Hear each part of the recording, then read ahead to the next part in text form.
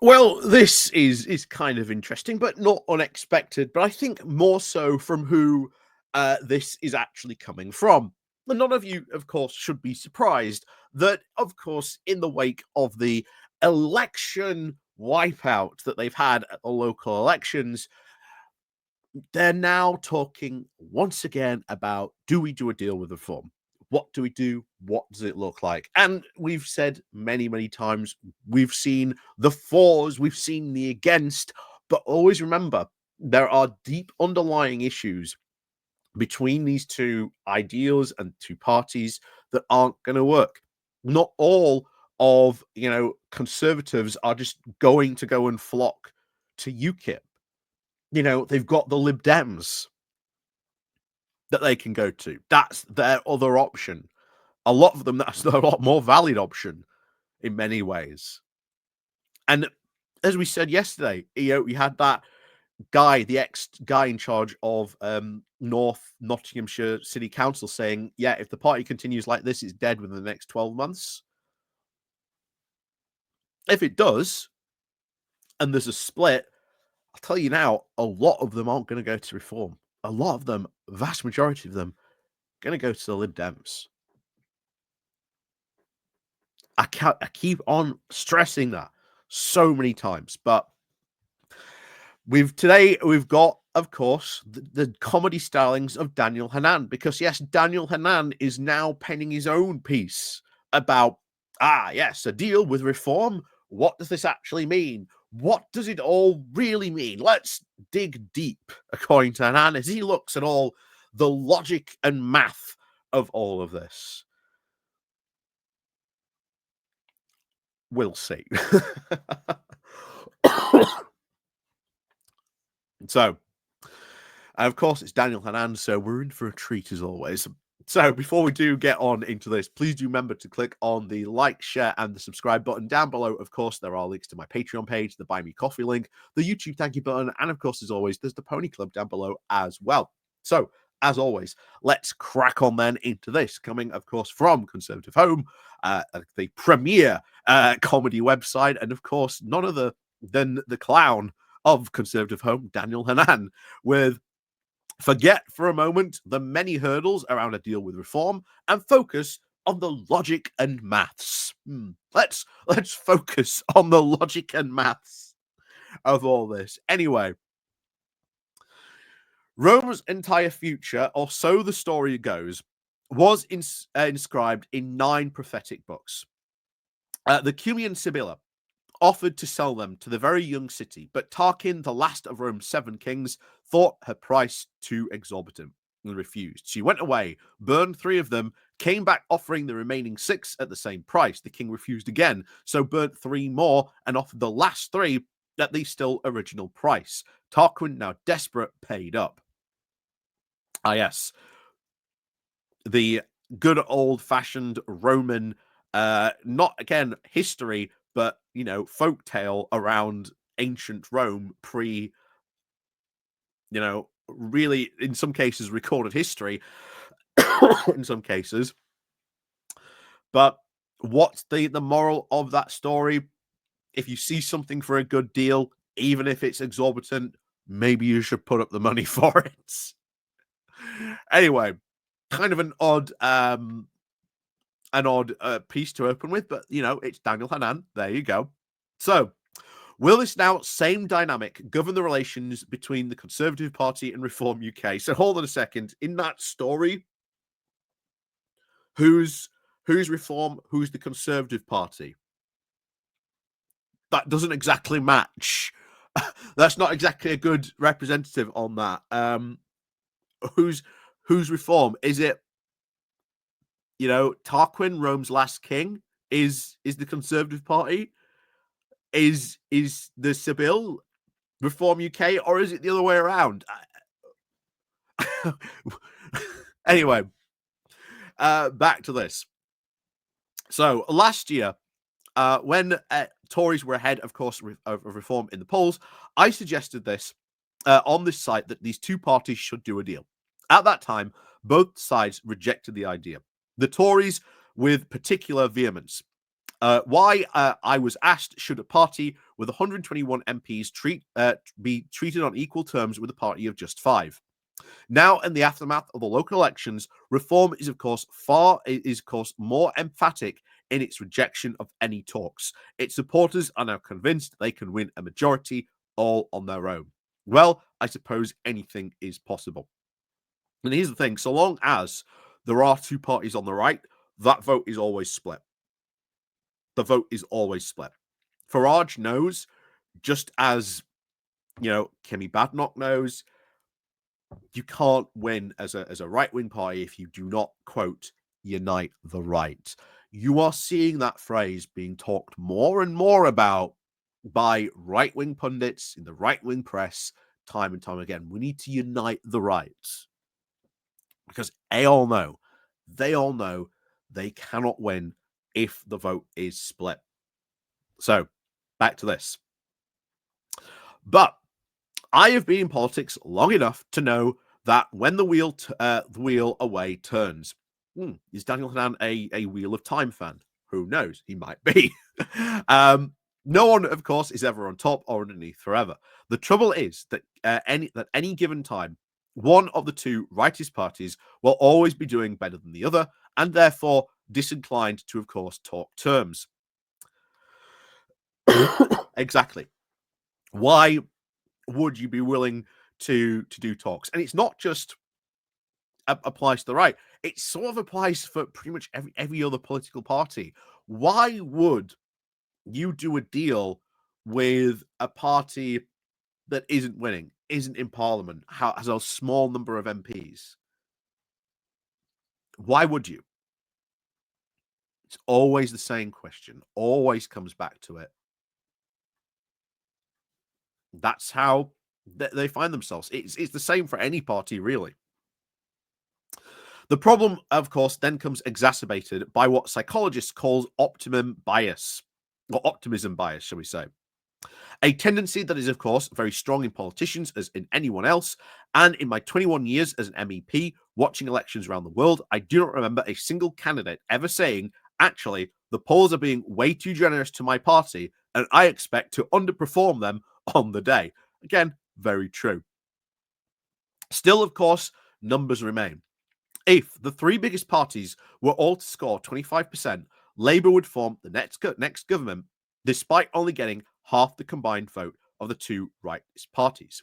Such is the logic of first past the post. It is not realistic for one party to swallow the other, not at least not anytime soon. Both have now a floor below to which they will not sink. Plenty of Reform voters, as the comments even on this Tory site will now doubtless confirm, and as we have covered ourselves over many this years, and I'll tell you this now, Daniel Hannan actually gets involved, actually reads the comments in Conservative Home. He actually mixes it up with people. Whenever he writes a piece, after he publishes it, he watches the comments for about an hour or two after, and comments back on people. It's kind of interesting, kind of brave of him, and hey, props to him for doing that, because a lot of other writers would not do that. But hey, props, credit where credit is due. And I know, giving Daniel Hannan credit, I know how you feel. So it's sort of course, doubtless, of course, not going to go anywhere. The Conservatives, meanwhile, they've, of course, embedded infrastructure right across rural England and in the suburban south. Our supporters are now less likely to post comments online, but they are not going anywhere either. I love that. Daniel Hannan seems to think that, our supporters, they're just not online. They're just not commenting here. But there you go. So we obviously come back to the real question. I am not to suggest, of course, a full merger. That would, of course, be far too much for both sides. Nor am I suggesting an Australian-style permanent coalition, though such things might eventually develop like that down the line. Nor am I to propose a grown-up agreement to stand aside in seats which only one of the two parties could realistically win. Geography, of course, works beautifully. Reform is, of course, weaker across the southern shires, but stronger in northern towns and in parts of Wales. The only part of the country where the two parties are in direct competition is in eastern England and stretches now from Lancashire to Kent. And even there, it is often clear which should stand aside. So, what are the objections now to a limited entente? Might it offend some of the party's, of course, core supporters? Well, that is absolutely true, Dan. That is why you've even seen it yourself in the comments. They would never tolerate that. They would never tolerate that. Neither would Reform if they were told to vote for a Conservative. It's just not happening. Anyway, back to this. It is, of course, certainly true that no two parties, of course, own the electorate. Not every Conservative voter will, of course, back Reform, as again I've just said, even if there is no Tory candidate, and again, vice versa. Again, Daniel Hannan clearly also been reading the comments on that. But the idea that either party would, of course, suffer widespread reputational damage strikes me as misplaced. It absolutely would. It absolutely would. If they come out with a proper, like, electoral pact, then it is absolutely seen and sends a very strong message that these two parties are now working together and that they are sort of inseparable. And that if one should win in that particular area, then you're sort of letting that other party win as well. If the Tories win there, then technically Reform wins as well.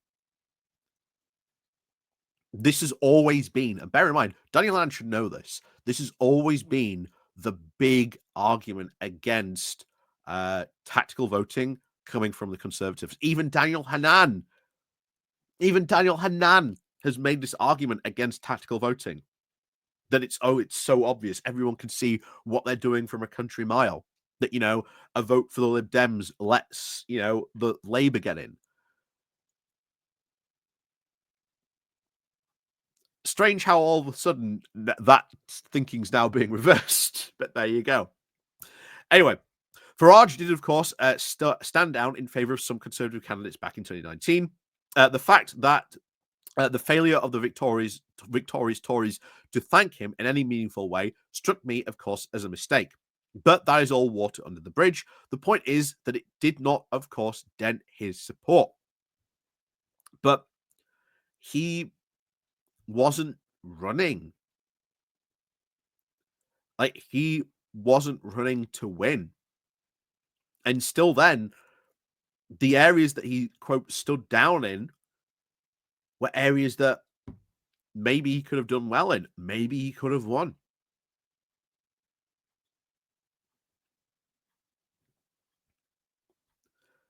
Well, again, it's all hearsay and who knows what could have happened, but we don't know that. Nor, of course, conversely, is there, and I like this, is there any reason to fear a mass Tory defection to the Lib Dems? Yes, Daniel, there is. There is plenty of evidence to suggest, yes, that is really what is happening. Why have the Tories lost so much support in what they would consider their core seats in their blue wall? Who have they lost them to? The Lib Dems. There is absolutely every reason you should be fearing that. That is obvious. Only a fool would think that, Dan. But I would suspect you are not a fool. But then, of course, as he once said, only a fool would leave the single market and customs union. So, Daniel Hannan, everyone. Anyway, some movement, of course, did occur following Brexit, and there may be, of course, more if, as they surely will, if they want to remain, of course, electorally viable. The Tories will come out, of course, against net zero and the ECRG, but the numbers are, of course, small. The Lib Dem vote barely moved in 2019 and 2024. But barely moved? Barely moved?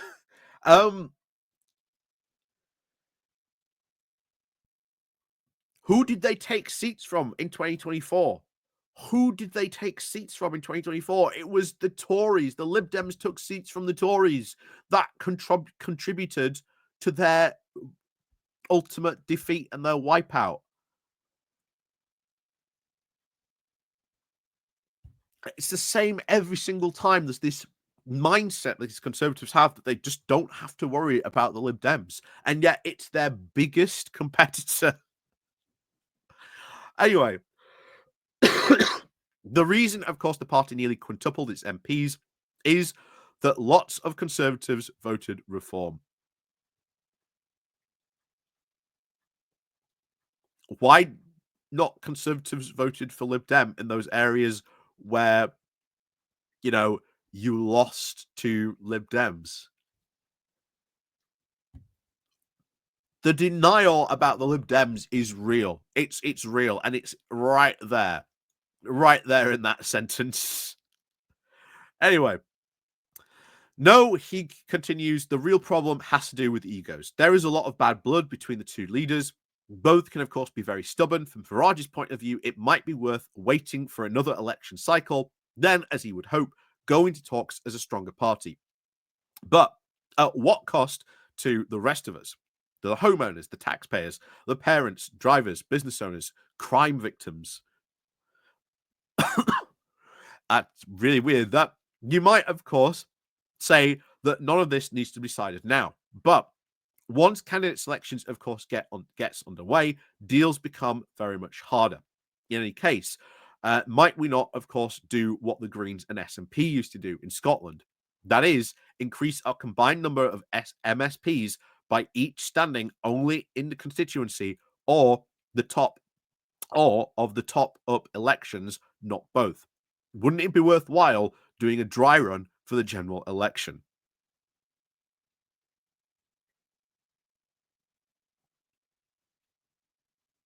Again, not going to happen.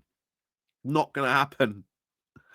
Um, because ironically, the two things he said, oh, that's never going to happen.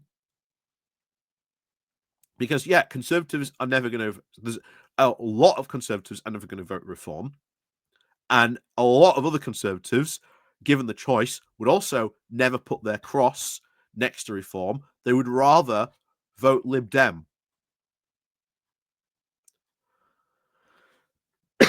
And we've seen that play out. To deny that is happening is ludicrous. But I thought we were looking at the math and the numbers. There's not a lot of math and numbers here, Dan, from a guy who is meant to be all about math and numbers. Anyway, it seems to me that our priority now should be to ensure a majority in the House of Commons, whatever shade of the rosettes, that believes in, of course, sound money, secure borders, patriotism, strong defense, low taxes, and efficient public administration. And if that means activist donors and the rest of us bang our heads together, so be it. Not going to happen, Dan. For a title that is all about to focus on the logic and maths, I would say your logic is flawed because the vast majority of Conservative voters that did not vote, shall we say, in this local elections because the turnout was dire. It was 30% lower in other places. What happened? First of all, Farage got his guys to go out and vote. That was the first thing. Farage drove out his people to vote, first and foremost. Not only that, yes, he did take some people from the Tories, but guess what? Those were always the right-leaning Tories that pretty much, as we've said, why would you vote for, Kimmy Badenoch, who is doing a Nigel Farage impersonation, where you could actually have, full-fat Nigel Farage? So they were always going to do that. And then in the middle, you've got, as always, they haven't mentioned or still haven't come to terms with that missing 10% that they've been talking about since 2023. You notice that hasn't come up a lot. They haven't talked about, yes, in a lot of these other areas, you have seen the Lib Dem vote increase. So once again, proving Daniel Hannan wrong. And of course, now you're saying, oh, yeah, we should do some sort of test, some dry general election run. That still means you'd have to form some sort of pact. You'd have to agree on policy or something like that. And sooner or later, that would cause arguments. That would break apart the Conservative Party, because the only reason they are not fighting, Dan, is because they have nothing to fight over. However, because of this local election defeat, we might now actually see a fight break out, and that fight will be over, do they get rid of their leader now and go with someone else, or do they allow it to stay on and maybe see what happens next year in 2026 at the Welsh and Scottish Senate elections? I've said before, Robert Jenrick, leader probably within the next 12 months. And then even he will not do well. He will do just as bad in various different ways. And they'll be back to that exact same point again. Anyway, let's have a look at some of these comments on this. So, there is, of course, no real advantage for reform in 2025 to do anything that suggests that it supports the Conservative Party in any way. In fact, quite the opposite. Yeah, exactly. Exactly.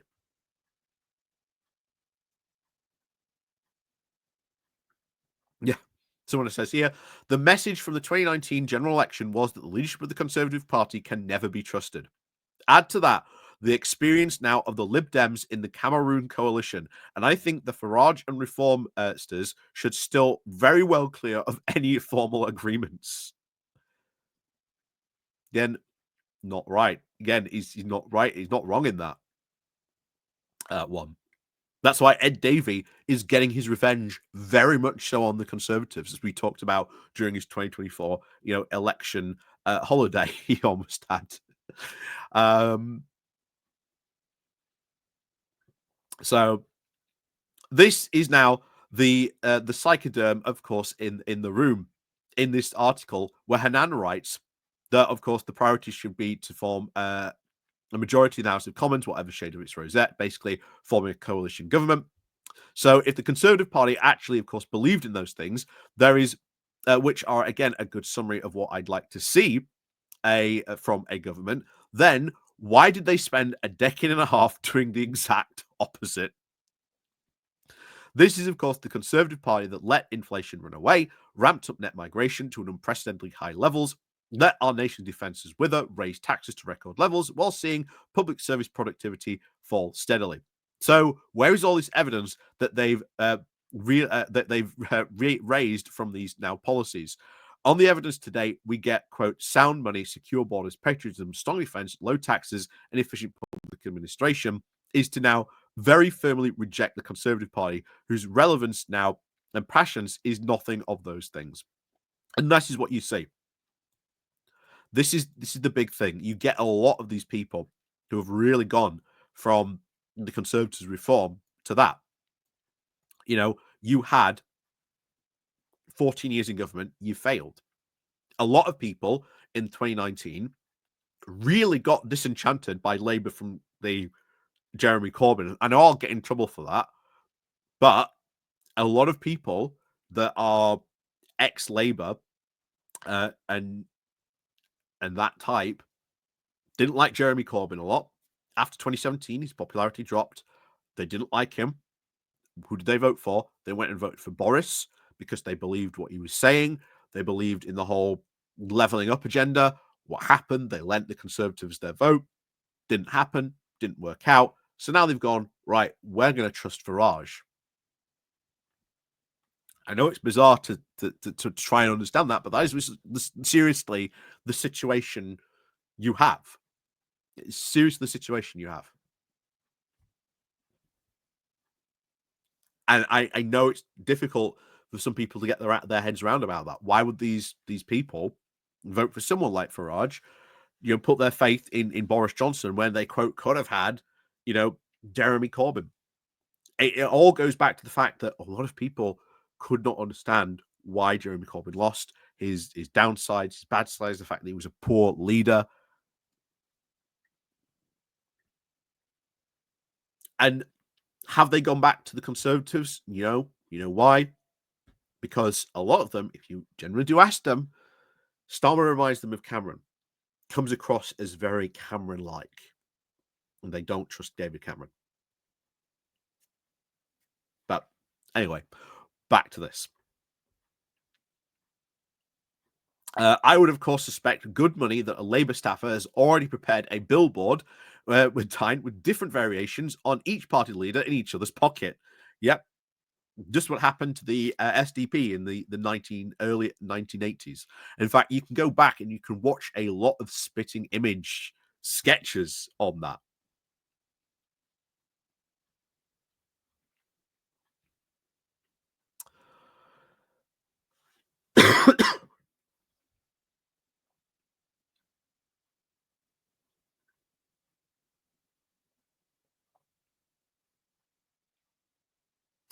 So, yeah, that's Daniel Hannan's take, the logic and the maths. Not a lot of maths, honestly, in there. If we're honest there, Dan. But I do find your logic very flawed, especially given the recent, again, the 2024 general election, and of course, what happened in these elections. And of course, what his own party have been saying for a very long time when it comes up to this topic, even in the comments, even though he said, well, I read the comments. You know, I know what's going on in the comment section of Conservative Home. Of course he does. Of course he does. You know, our Daniel Hannan. But anyway, so how long before Daniel Hannan joins Reform? Hey, taking all bets. Anyway, let me know what you think down below in the comments. And of course, as always, you can click the like and share button down below as well. And of course, as always, we'll see you all next time.